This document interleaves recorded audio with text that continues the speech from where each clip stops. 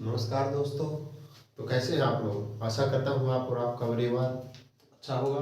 तो आपका स्वागत है हमारे maths by SB sir YouTube channel पे, जहाँ पे अपना एक नया बैच जीरो टू हीरो शुरू करने जा रहे हैं। यहाँ पे अपना मैथ है जो बिल्कुल लो लेवल से लेके और हाई लेवल तक जाएंगे।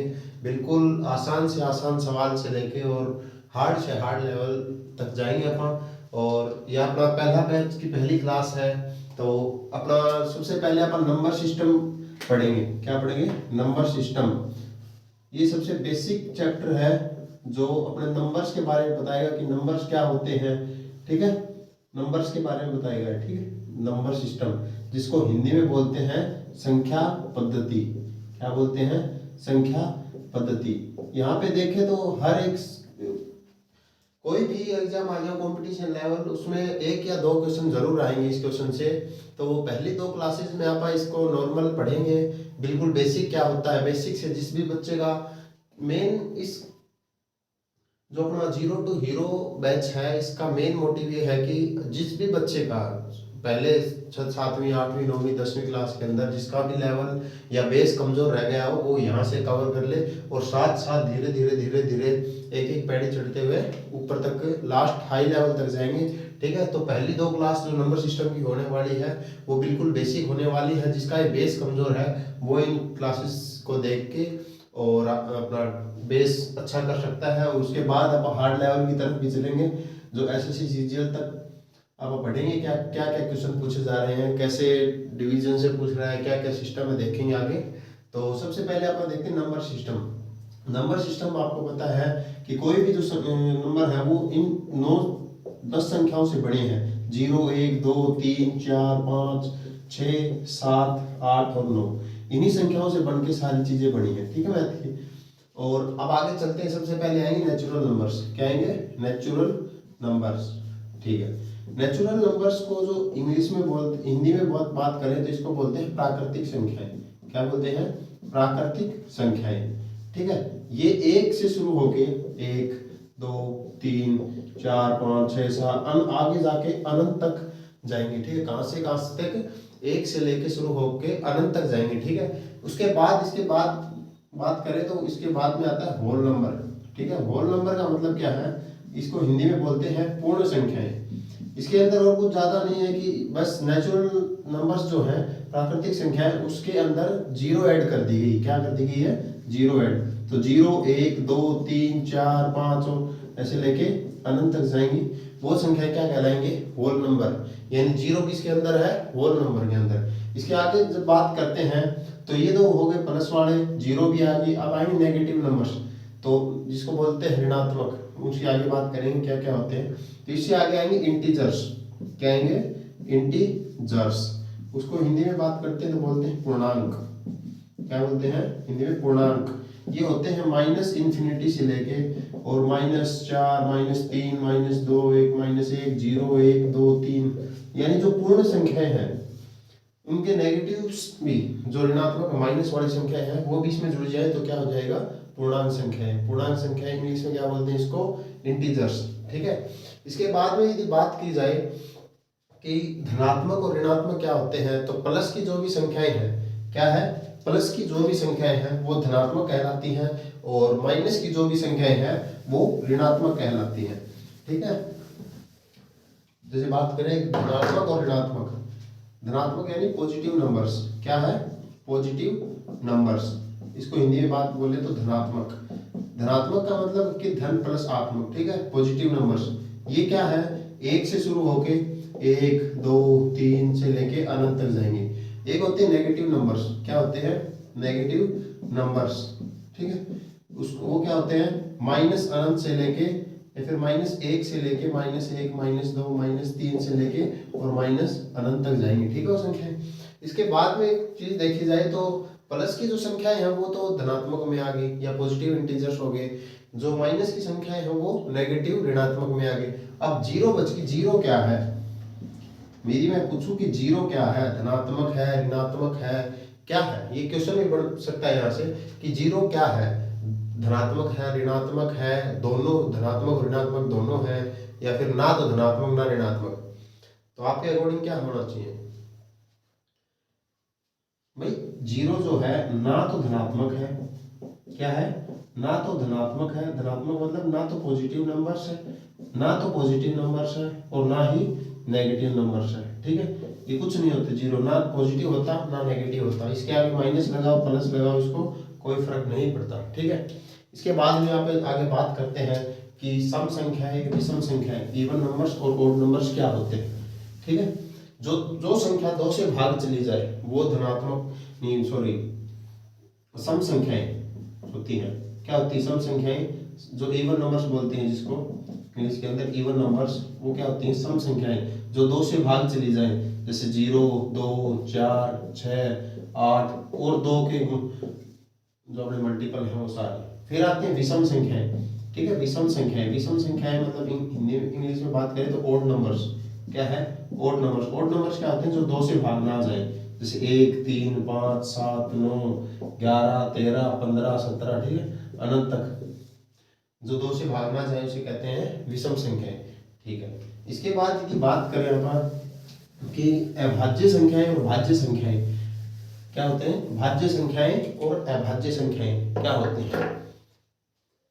सबसे पहले बात करें कि अभाज्य संख्या, भाज्य संख्याएं पे बात कर लेते हैं, जिसे भाज्य संख्याएं भी बोलते हैं, यौगिक संख्या भी बोलते हैं, ठीक है। भाज्य संख्याएं और यौगिक संख्याएं बोलते हैं, जिसको इंग्लिश में बात करें तो कॉम्पोजिट नंबर्स, क्या बोलते हैं कॉम्पोजिट नंबर्स।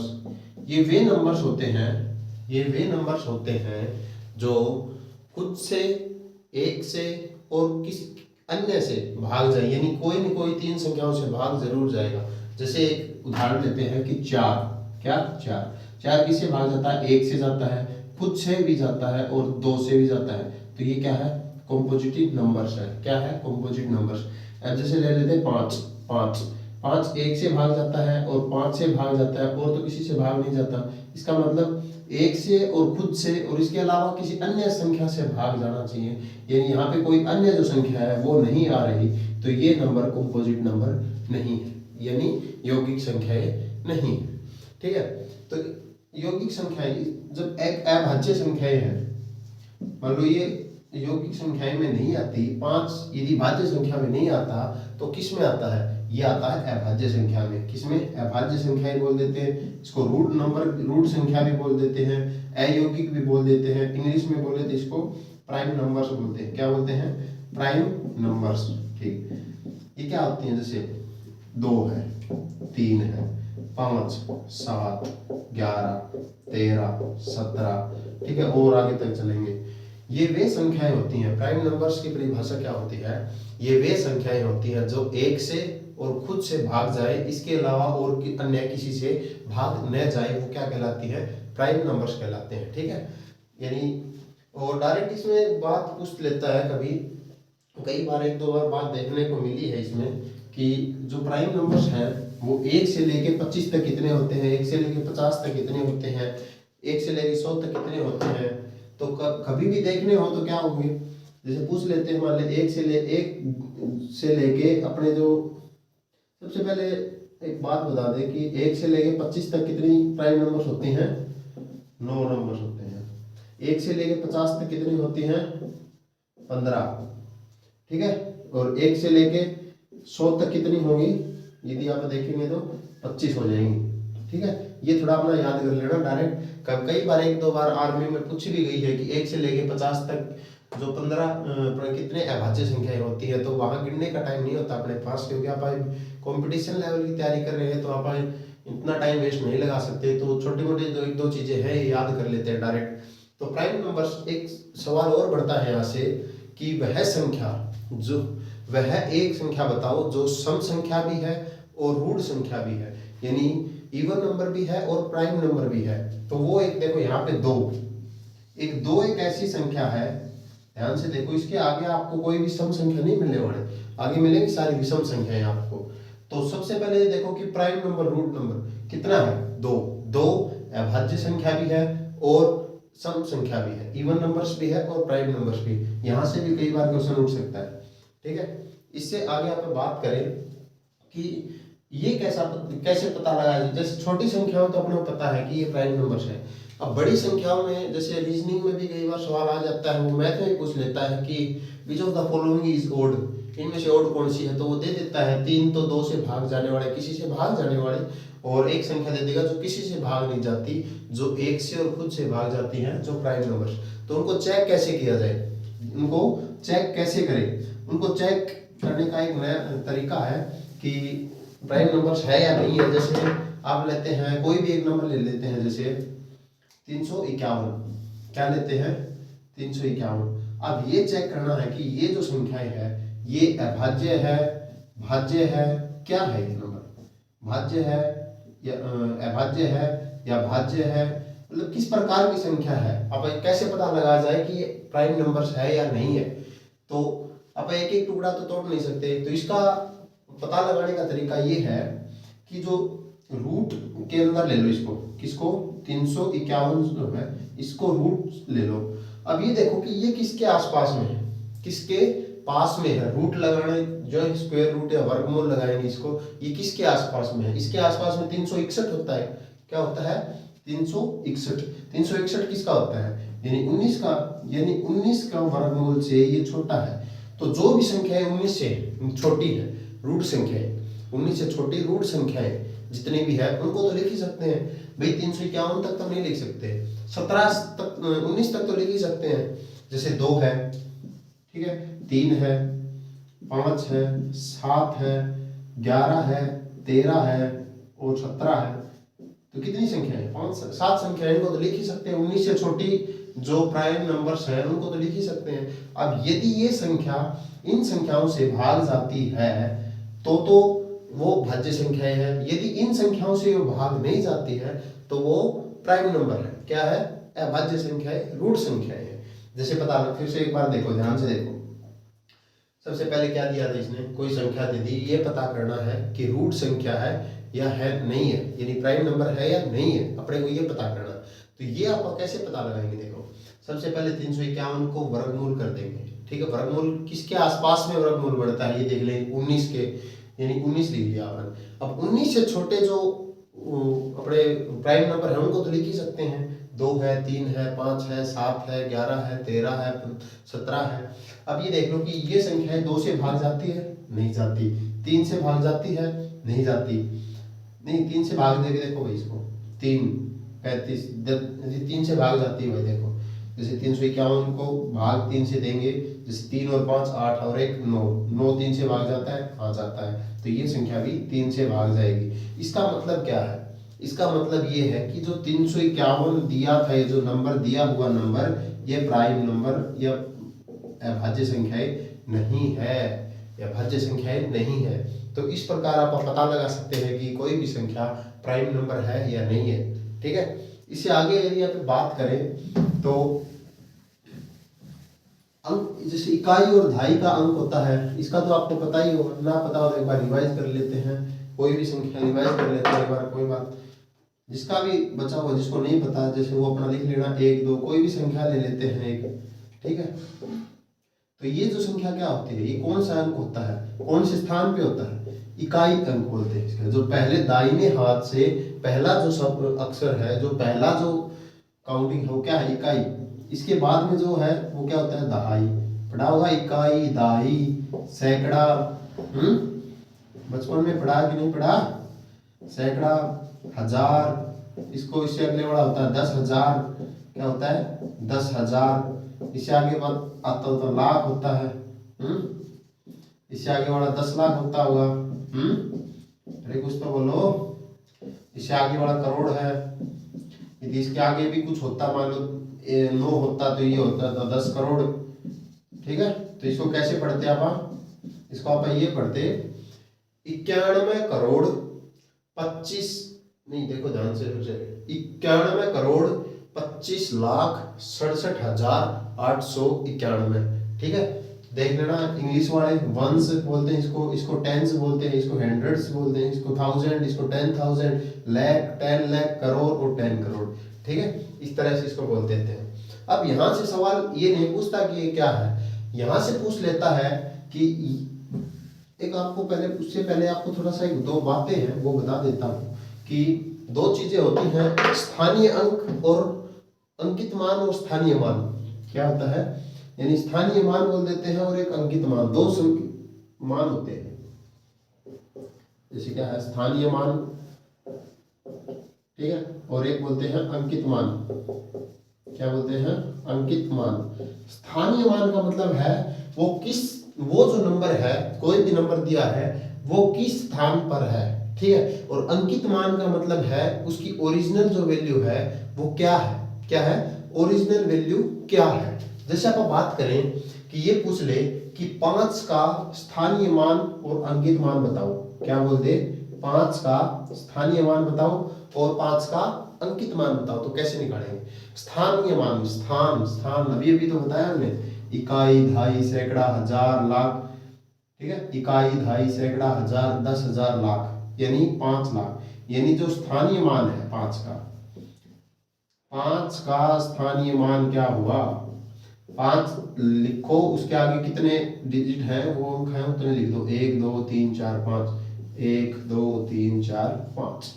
अब इसका 5 का अंकित मान निकालना हो, यानी 5 का अंकित मान निकालना हो तो 5, अरे 5 तो 5 ही है। अंकित मान, खुद का मान क्या है, उसका खुद का मान तो यही है। जैसे एग्जांपल लगा लेते हैं, मेरा नाम है शुभम, नाम है मेरा, ठीक है। तो मेरा अंकित नाम मतलब मेरा नाम तो शुभम है, पर अब मैं क्या हूँ, मेरे स्थान कौन सा है, अब मैं आपको पढ़ा रहा हूँ तो आपको क्या है, टीचर हूँ एक, ठीक है, एक टीचर हूँ। तो उसके अकॉर्डिंग स्थानीय मान का मतलब है किस स्थान पर है। तो 5 जो हो किस स्थान पर है, वो लाख के स्थान पर है, तो ये हो जाएगा 5 लाख। अंकित यानी उसका खुद का मान कितना है, 5, तो 5 ही है, ठीक है। ये समझ में आया, अंकित मान और स्थानीय मान। अब इससे आगे पूछता है कि कई बार एक दो चीज और है, पूर्ववर्ती और अनुवर्ती, वो समझाने के बाद आप करते हैं अपने जो यूनिट डिजिट इकाई का मान निकालेंगे बड़ी बड़ी संख्याओं का, ठीक है। अब पूछ लेता है कई बार, बाकी ज्यादा इंपॉर्टेंट है नहीं, फिर भी मैं बता देता हूँ। अनुवर्ती और पूर्ववर्ती क्या है, अनुवर्ती और पूर्ववर्ती दो संख्याएं होती हैं। जैसे कोई भी, अनु का मतलब क्या है, आगे, ठीक है, अनु का मतलब आगे, और पूर्व का मतलब क्या है, पीछे, पूर्व का मतलब पीछे। मैं कह दूं कि 55 का अनुवर्ती क्या है, अनु का मतलब क्या बताया मैंने, आगे, यानी 55 के आगे कौन है, 56, यानी 55 का जो अनुवर्ती है वो कितना हो जाएगा, 56। कितना हो जाएगा अनुवर्ती, 56। अरे अनु का मतलब है आगे, आगे वाली संख्याएं, तो 55 के आगे कौन है, 56 है, जस्ट आगे कौन है, 56। पूर्ववर्ती का मतलब है पीछे, यानी 55 का पूर्ववर्ती क्या हो जाएगा, 55 का पूर्ववर्ती क्या हो जाएगा बताओ भाई, 54। इससे पहले आने वाली संख्या कौन है, 54। अब जैसे मैं पूछ लूं कि 999 का अनुवर्ती और पूर्ववर्ती बताओ, तो मैं बता दूंगा क्या, अनु का मतलब आगे, अनु आगे कौन हो जाएगा, 999 का आगे कौन है, 1000, ठीक है, और इसके पीछे कौन है, पूर्ववर्ती, पूर्ववर्ती कौन है, 998, 998। आई बात समझ, ये ज्यादा इंपॉर्टेंट है नहीं, फिर भी बता देता हूँ, क्या पता कहीं पूछ ले आपको काम आ जाए, ठीक है।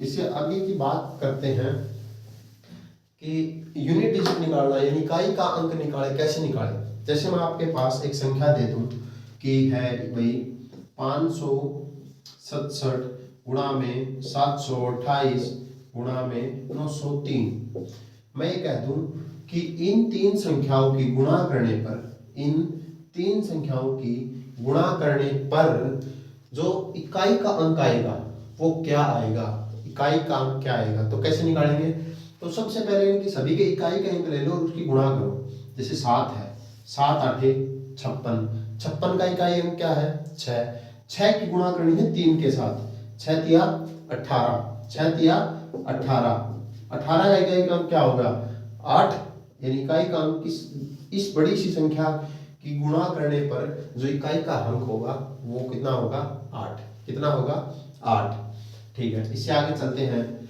जैसे एक संख्या और दे दी कि 729 गुणा में 504 गुणा में 202 गुणा में 512 दे दी गुणा में 1028 दे दी। तो इन पांच संख्याओं की गुणा करने के बावजूद 1 2 3 4 5 इन पांचों संख्याओं की गुणा करने के बावजूद जो इकाई का अंक आएगा वो क्या आएगा, इकाई का अंक आएगा वो क्या आएगा, तो कितना आएगा 9 चौके 36, 36 का कितना होगा इकाई का अंक 6, 6 दूनी 12, 12 का इकाई का अंक कितना होगा 2, 2 दूनी 4, 4, 4 आठे, इसका भी इकाई का अंक 4 आठे 8 चौके 32, 32 का इकाई का अंक कितना 2, तो यानी इस संख्या की गुणा करने के बाद इसका जो इकाई का अंक है या यूनिट डिजिट बोल सकते हैं, तो उसका इकाई का अंक हो जाएगा 2।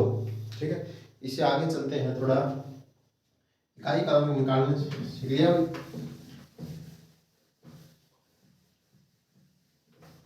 अब इससे आगे चलते हैं थोड़ा, तो अपन विभाजन के नियम पढ़ते हैं कुछ, कि कोई भी संख्या को देखने के बावजूद कैसे पता लगाया जाए कि वो संख्याएं 2 से 3 से इनसे भाग जाती है। अपन जो विभाजन का नियम है, जो डिविजिबिलिटी रूल है,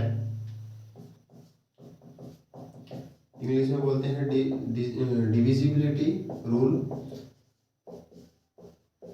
या विभाजन के नियम बोल सकते हैं अपन, हिंदी में विभाजन नियम। यहाँ पर किस के पढ़ेंगे, एक तो 2 के पढ़ेंगे, 3 का, 4 का, 5 का, 6 का, 7 का, 8 का, 9 का, 10 का और 11 का। ठीक है, इन संख्याओं 12 का भी बता देंगे कैसे होगा, 13 का भी बता देंगे, कोई बात नहीं। तो इन संख्याओं, कोई भी संख्या अपने को दे दे, कितनी भी बड़ी से बड़ी कोई भी संख्या अपने को दे दे, और आप देखते ही ये बता देंगे कि वो 2 से भाग जाता है, 3 से जाता है, 4 से जाता है, 5 से जाता है, 6 से, किससे भाग जाएगा, हम देखते ही उस संख्या को बता देंगे। कैसे देंगे, देखो पहले पढ़ेंगे, यहाँ पे नोट डाउन कर लेना एक बार।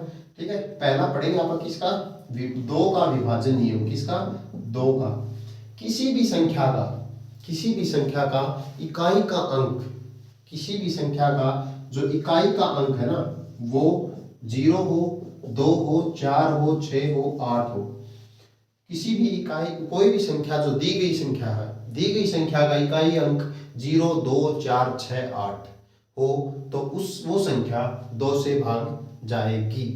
ठीक है, इसे आगे देखते हैं। ठीक है, जैसे कोई भी संख्या ले लो, 724 है, तो इसकी इकाई का अंक कितना है 4, 4 2 से भाग जाता है, यानी ये संख्या भी 2 से भाग चली जाएगी।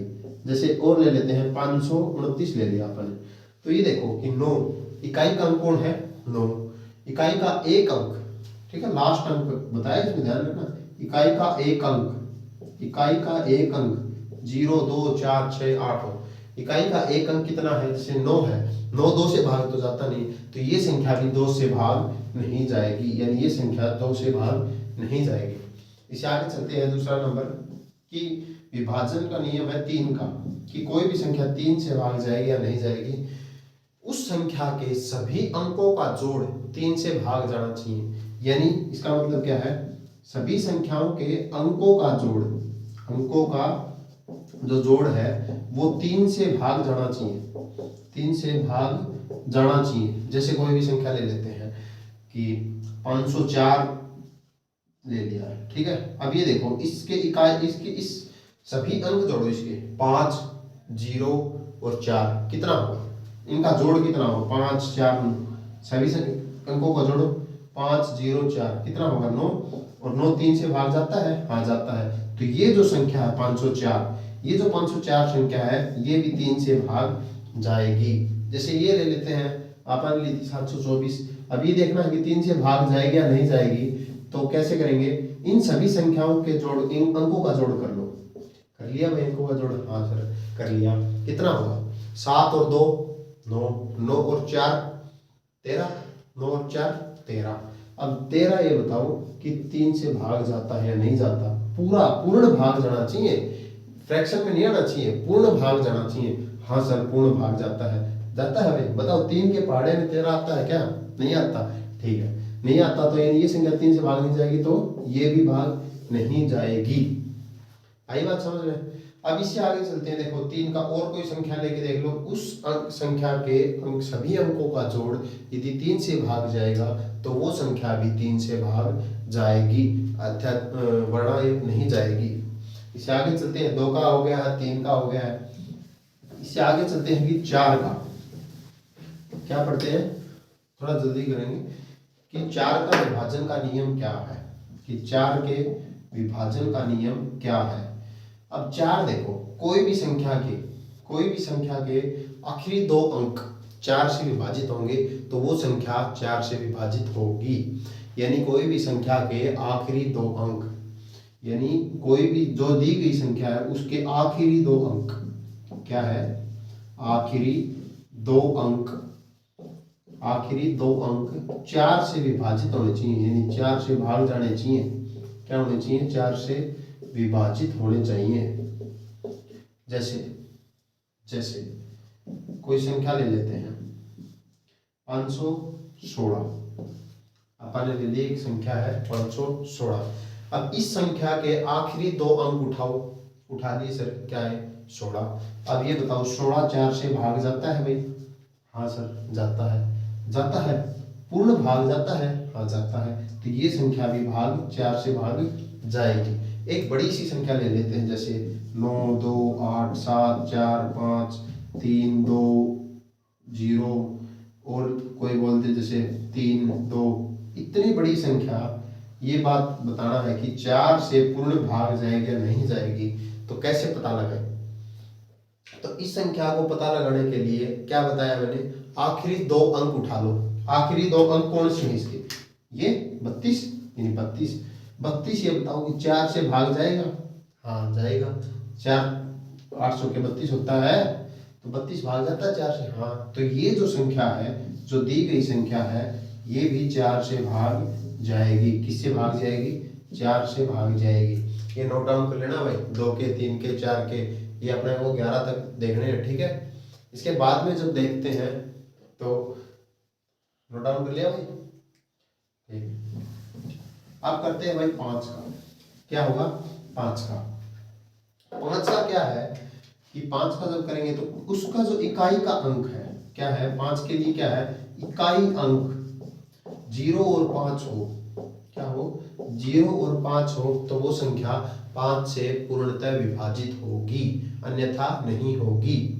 जैसे कोई भी एक एग्जांपल लेते हैं कि 5 0 7 9 0 8 और 5, ये बताना है कि ये संख्या 5 से पूर्णतः भाग जाएगी या नहीं जाएगी, ठीक है। तो कैसे पता लगाएं, मैंने क्या बताया, इकाई का अंक क्या होना चाहिए 0 या 5। यहाँ बताओ 5 हो रहा है, इकाई का अंक है 5, इकाई का अंक हो रहा है क्या, हाँ सर हो रहा है, ठीक है हो रहा है। तो ये संख्या, ये पूरी संख्या भी 5 से भाग जाएगी, ये पूरी संख्या भी 5 से भाग जाएगी, ठीक है। इससे आगे चलते हैं, आगे बात करते हैं कि 6 का क्या होगा सर। 6 का कुछ नहीं है, जो संख्या है 6 को गुणा करने पर 3 दूनी 6 होता है, क्या होता है 3 दूनी 6 होता है। जो संख्या 3 से और 2 से भाग चली जाए, 3 से और 2 से भाग चली जाए, वो संख्या 6 से भाग जाएगी ही, कंफर्म है। तो जैसे कोई एग्जांपल ले लेते हैं 576, क्या लिया है 576। अब ये संख्या बताओ 2 से भाग जाती है, याद करो पहले वाला 2 का नियम बताया था कि किसी भी इकाई का अंक 2 0 2 4 6 8 होगा, वो संख्या 2 से भाग जाएगी। तो 6 देखो, 6 2 से भाग जाती है, हाँ सर जाती है, इसका मतलब जो 2 से है उससे तो भाग जा रही है। अब 3 का और चेक करो, 3 का चेक करने के लिए क्या बताया था मैंने, 3 का चेक करने के लिए ये बताया था कि उस संख्या के सभी अंकों का जोड़ 3 से भाग होना चाहिए, यानी सभी अंकों का जोड़ करो, 5 और 7 12, 12 और 6 18। अब हटाओ, 18 3 से भाग जाता है, हाँ सर पूर्णतः भाग जाता है। तो ये संख्या भी जो है 576 है, ये पूरी संख्या भी 6 से भाग जाएगी। जो संख्या 3 से और 2 से भाग जाएगी, वो संख्या ऑटोमेटिकली 6 से भाग भी जाएगी, ठीक है। अब 7 का और 11 का, ठीक है, 7 का 11 का और 13 का आखिर में करते हैं। उससे पहले यहाँ पर एक बार 8 का कर लेते हैं। 8 का विभाजन का नियम क्या है, किसका 8 का विभाजन का नियम क्या है, अपना 2 का हो गया, 3 का हो गया, 4 का हो गया, 5 का हो गया, 6 का हो गया, 7 का एक बार रोक दिया है। 8 का करते हैं। 8 का क्या हुआ, 8 का ये है कि उस संख्या के ठीक है, उस संख्या के आखिरी 3 अंक 8 से विभाजित होने चाहिए। इसके यानी दी गई संख्या के जो आखिरी 3 अंक है, क्या है, आखिरी जो 3 अंक है, आखिरी 3 अंक 8 से विभाजित होने चाहिए। क्या होने चाहिए, 8 से विभाजित होने चाहिए। जैसे एक संख्या में ले लेता हूं कोई बड़ी, 3 2 5 7 9 8 4 3 2 1 5 7 6। अब ये देखो, इतनी बड़ी संख्या अपने को ये देखनी है कि 8 से भाग जाएगी या नहीं जाएगी। मैंने क्या बताया है, आखिरी 3 अंक 8 से भाग जाने चाहिए, यानी 576।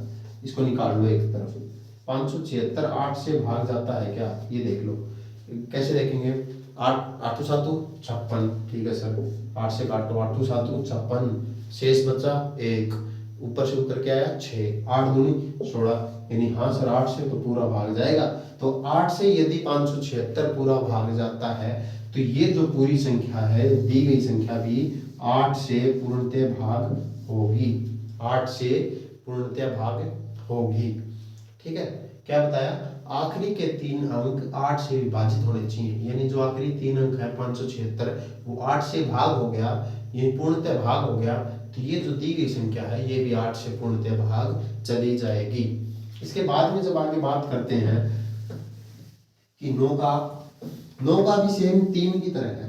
क्या है, 9 का जो है वो सेम 3 की तरह है कि जो अंकों का जोड़ है, अंकों का जोड़, क्या है, अंकों का जोड़ 9 से भाग जाए, 9 से विभाजित हो या भाग जाए तो उसे क्या बोलते हैं, मतलब वो संख्या पूरी भाग चली जाएगी। जैसे एक छोटा सा एक एग्जांपल ले लेते हैं, जैसे 7 0 9 8 7, ठीक है, एक छोटा सा एग्जांपल ले लेते हैं कि 7,70,987 9 से भाग जाता है या नहीं जाता। मैंने क्या बताया, देखो यहाँ से अंकों का जोड़ 9 से भाग जाना चाहिए, यानी अंकों का जोड़ करो, 7 और 0 को जोड़ो, 0, 7 और 0 को जोड़ा तो 7, 7 और 9 16, 16 और 8 24, 24 और 7 31। तो सभी अंकों का जोड़ करने पर कितना बना, 31। अरे फिर से देख लो अच्छी तरह, 7 में 0 जोड़ी 7, 7 में 9 जोड़े तो 16, 16 में 8 जोड़े तो 24, 24 में 7 जोड़े तो 31। अब ये देखो 31 9 से भाग जाता है, सर 31 तो 9 से भाग नहीं जाता भाई, 31 9 से भाग नहीं जाता, तो ये संख्या भी 9 से भाग नहीं जाएगी। यानी क्या नहीं जाएगी, जो ये दी गई संख्या है 70,987, ये संख्या भी 9 से भाग नहीं जाएगी। क्या नहीं जाएगी, 9 से भाग नहीं जाएगी। ठीक है, अगला देखते हैं 10 का विभाजन का नियम क्या है।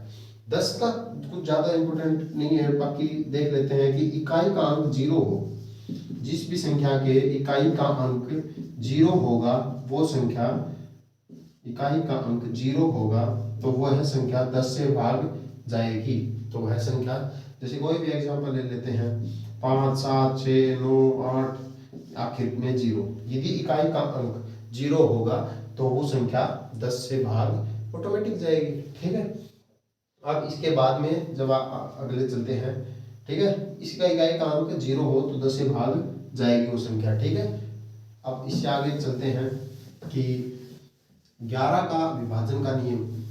ठीक है, 11 का थोड़ा सा अटपटा है, थोड़ा सा ध्यान देने की बात है कि जैसे कोई भी संख्या दे दे, इसमें फार्मूला ये है कि विषम स्थानों की संख्याओं का जोड़, विषम स्थानों की संख्या का जोड़ माइनस घटाना है सम स्थानों की संख्या का जोड़, संख्याओं का जोड़ जो है 11 से भाग जाना चाहिए। किससे, 11 से। जैसे एक एग्जांपल लेते हैं, जैसे एक कोई भी दिया है, जैसे मान लो संख्या दी है 5 9 7 8 4, ठीक है, ये संख्या ये देखनी है कि 11 से भाग जाएगी या नहीं जाएगी, पूर्णतः भाग जाएगी या नहीं जाएगी।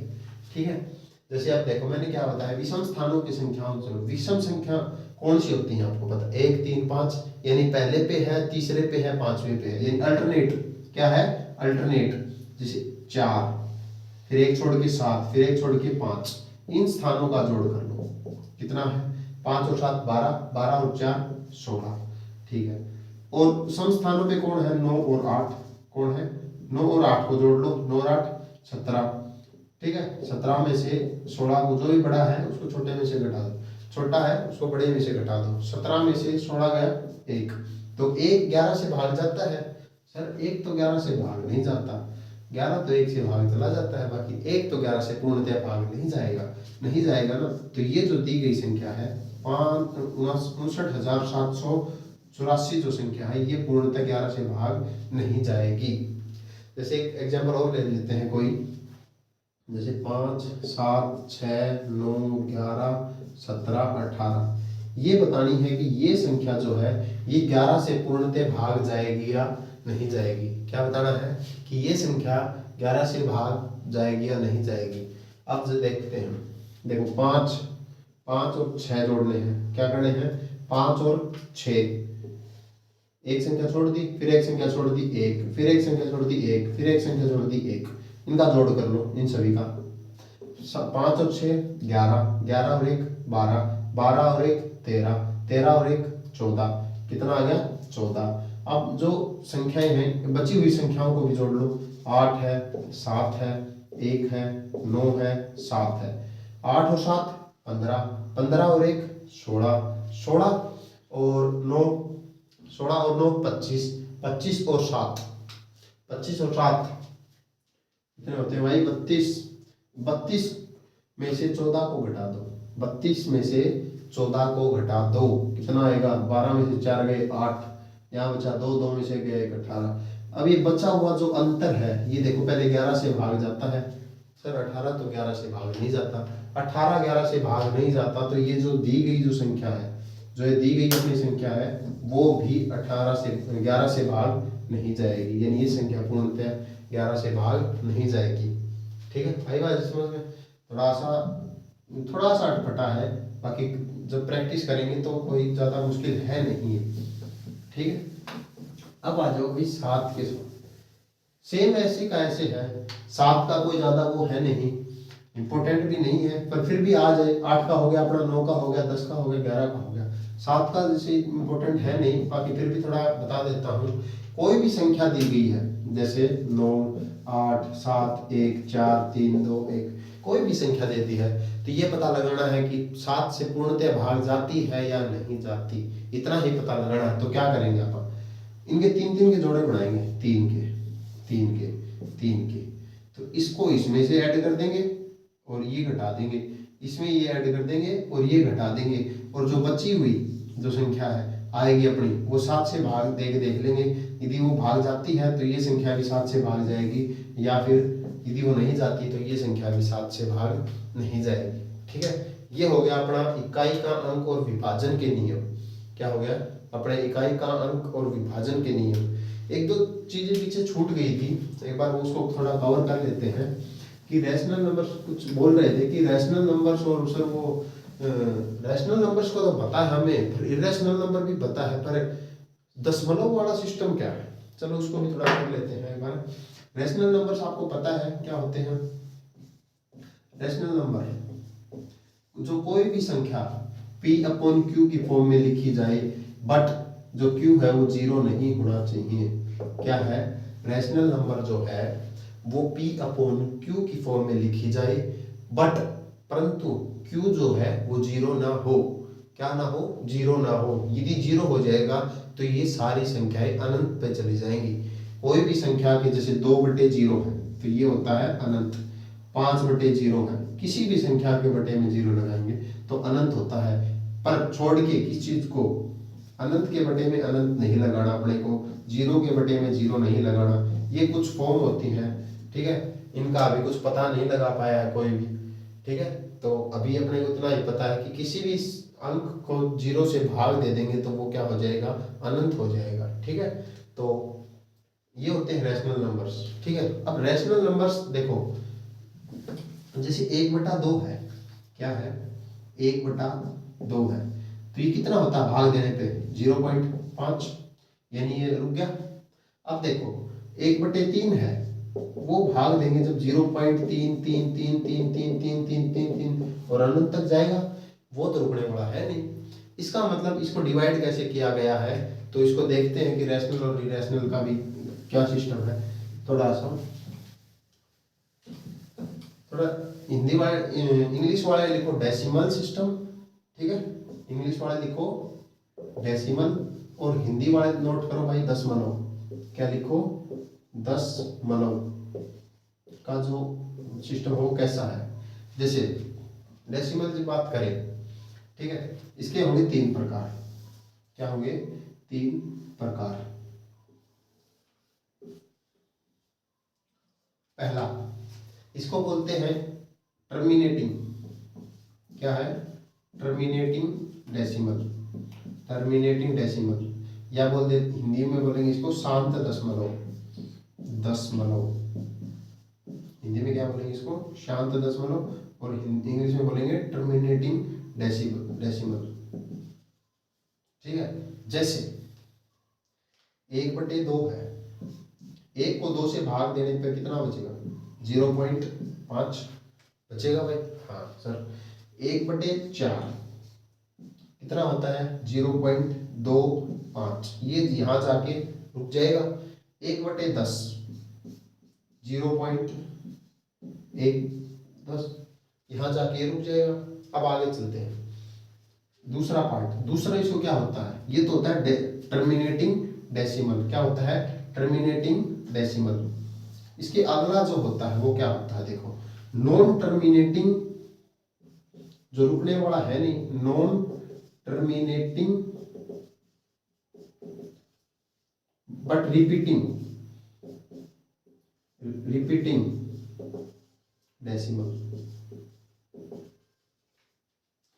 हिंदी में इसको लिखते हैं अशांत दशमलव दोहराए, या अशांत दोहराए दशमलव भी बोल देते हैं इसको। ये होता है जैसे उदाहरण लेते हैं, 1/3 था, वो क्या होता है? 0.3333, मतलब ये अनंत तक जाएगा। मतलब क्या है कि अशांत है, शांत तो होने वाला है नहीं। क्या है? अशांत है, शांत तो होने वाला नहीं, यानी नॉन टर्मिनेटिंग। यानी टर्मिनेट मतलब होता है खत्म होना, नॉन टर्मिनेटिंग जो कभी खत्म नहीं होगा, परंतु रिपीट जरूर होगा। देखो 0.3 के ऊपर बार लगा दे, बार का मतलब होता है कि यही संख्या बार बार बार बार बार बार बार बार बार रिपीट हो रही है। ठीक है, फिर इसका तीसरा जो पार्ट आता है वो नॉन टर्मिनेटिंग नॉन रिपीटिंग। ठीक है, नॉन टर्मिनेटिंग नॉन रिपीटिंग, यानी टर्मिनेट भी नहीं हो रहा और रिपीट भी नहीं हो रहा। क्या नहीं हो रहा? टर्मिनेट भी नहीं हो रहा और रिपीट भी नहीं हो रहा। हिंदी में इसको बोलते हैं अशांत अदोहराए। क्या है? अशांत अदोहराए दशमलव। क्या है? अशांत अदोहराए दशमलव। ठीक है, इसका मतलब जैसे कोई लेते हैं √2 का होता है 1.414 और अनंत तक जाएगी चीज, रुकने वाली है नहीं। √3 की जो मान होता है वो 1.73 वगैरह वगैरह वगैरह अंत तक जाएंगी। ठीक है, ये जो संख्याएं है नॉन टर्मिनेटिंग और नॉन रिपीटिंग, इसको बोल देते हैं इर्रेशनल नंबर। क्या बोल देते हैं इसको? Irrational number. ठीक है, इर्रेशनल नंबर। तो सबसे पहले फिर से क्या बताया मैंने? डेसिमल मतलब दशमलव के 3 पार्ट होते हैं। टर्मिनेटिंग डेसिमल जिसको बोलते हैं शांत दशमलव, जो मतलब भाग देने के बाद रुक जाती है, यानी शांत हो जाती है। इसके बाद में क्या आता है? Non terminating repeating decimal. इसका मतलब है कि अशांत दोहराए दशमलव, यानी शांत भी नहीं हो रही पर दोहराए हो रही है। क्या है? दोहरा रही है, मतलब बार बार आ रही है। यानी 1/3 को जैसे 0.333 बार बार सेम चीजें आ रही हैं, तो ये होगी अशांत दोहराए दशमलव।